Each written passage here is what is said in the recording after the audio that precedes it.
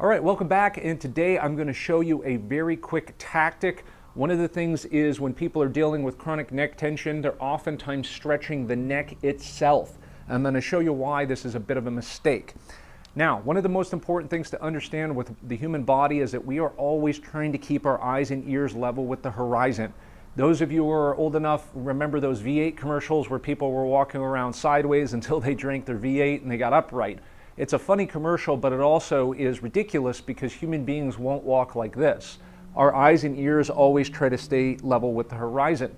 So if you're walking around like this because you have a low shoulder on one side and you got something else going on, then your neck hurts. Stretching your neck in this position is not going to be super helpful. It might give you temporary relief, but then you're going to be right back into that pattern again because the only thing that you're impacting is the neck itself. If I have a low shoulder on my right side, for example, my trunk, my torso is side bent to the right, and my head and neck is just trying to right itself to stay straight. So if I've got neck pain on my right side because of that, then stretching my neck like this is not going to be an effective long-term strategy.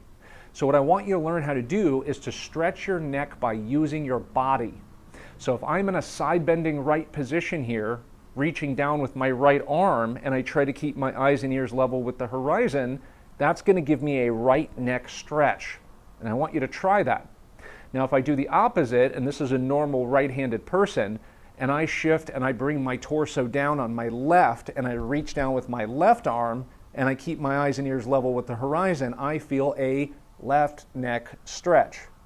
So the way I teach my personal clients to stretch their neck is by using their body, which is a natural pattern in the way that human beings move. So if we do that, we're going to get more corrective work going down the body rather than just doing these isolated corrections for the neck. So always, and you're going to learn this with release muscle therapy techniques, we're always looking at a systemic connection. How are all of these things connected?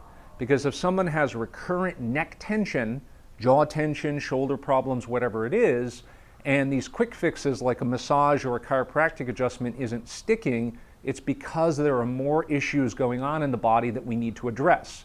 So always address everything from a systemic perspective and we'll get better success. Thanks for watching.